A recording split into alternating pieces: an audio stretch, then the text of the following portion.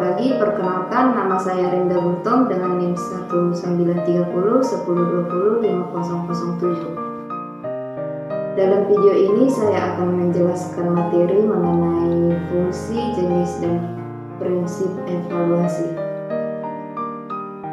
Baik, saya akan menjelaskan materi yang pertama, yaitu fungsi evaluasi pembelajaran. Menurut Arifin, fungsi atau kegunaan yang dimiliki oleh evaluasi pembelajaran adalah sebagai berikut. Yang pertama, fungsi formatif, yang kedua, fungsi sumatif, yang ketiga, fungsi diagnostik, yang keempat, fungsi penempatan, yang kelima, fungsi selektif, yang keenam, fungsi pengukuran keberhasilan. Sementara itu, fungsi evaluasi menurut Sujana dikelompokkan menjadi 3 fungsi, yakni sebagai berikut.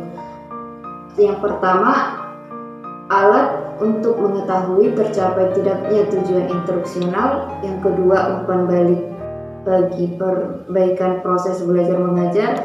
Yang ketiga, dasar dalam menyusun laporan kemajuan belajar siswa kepada para orang tuanya.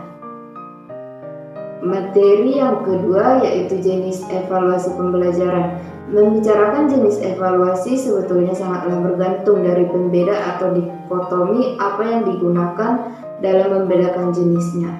Teknik evaluasi dibagi menjadi 2, yaitu teknik tes dan teknik non-tes. Yang pertama yaitu evaluasi tes. Evaluasi tes dibagi menjadi 2, yang pertama yaitu tes uraian. Tes uraian adalah karena menuntut peserta didik untuk menguraikan, mengorganisasikan, dan menyatakan jawaban dengan kata-kata sendiri dalam bentuk, teknik, dan gaya yang berbeda satu dengan lain. Tes uraian dibagi menjadi 2 bagian, yaitu uraian bebas dan uraian terbatas.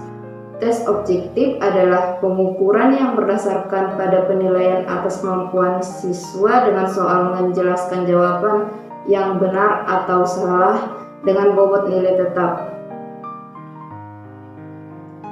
Kedua yaitu evaluasi non-tes. Evaluasi non-tes terdapat 6 macam, yaitu skala bertingkat. Skala bertingkat pemberian ranking yang disajikan dalam bentuk angka. Yang kedua, kuesioner, pertanyaan-pertanyaan yang harus diisi dan diukur sesuai jumlah responden. Yang ketiga, daftar cocok. Yang keempat, wawancara, jawaban dari responden dengan jalan tanya jawab sepihak. Yang kelima, pengamatan atau observation, mengamati dan membuat catatan sepihak dengan cara angket. Yang keenam, riwayat hidup, gambaran kehidupan tentang seseorang.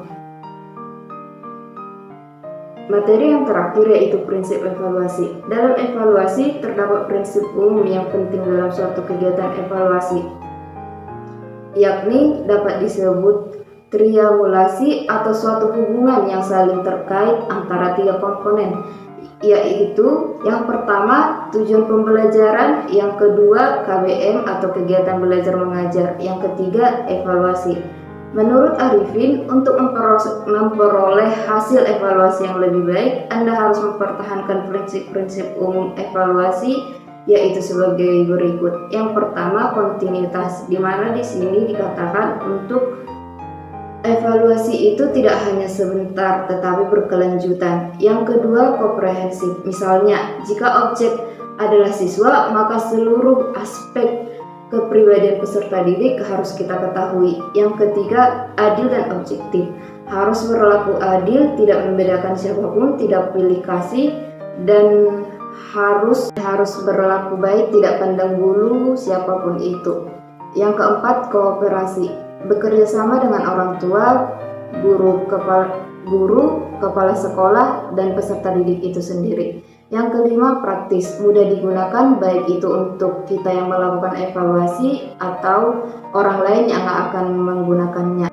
Sekian penjelasan materi dari saya. Jika ada kesalahan kata, saya mohon maaf. Akhir kata saya sampaikan terima kasih.